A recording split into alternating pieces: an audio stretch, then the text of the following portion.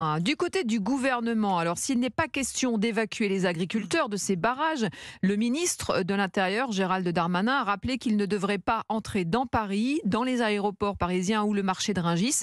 William Molinier, on sent bien que malgré tout, l'étau se resserre pour museler la progression des convois. Oui, avec les premières interpellations aux abords de Rungis ce matin, puisque selon les informations d'Europe 1, 18 personnes ont été interpellées pour entrave à la liberté de circuler. Il s'agit d'un convoi qui bloquait un accès à la plateforme de Rungis. La ligne rouge a été franchie et donc ils ont été interpellés conformément aux instructions, commente un policier.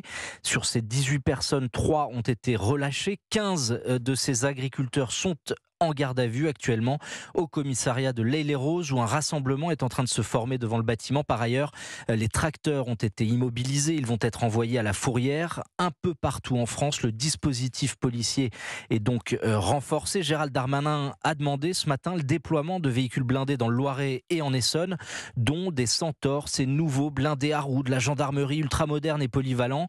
Les autorités autorisent les agriculteurs à se rapprocher de Paris, mais plusieurs lignes rouges ont été fixées, les zones aéroportuaires, le marché de Rungis, interdiction aussi de pénétrer dans Paris intramuros.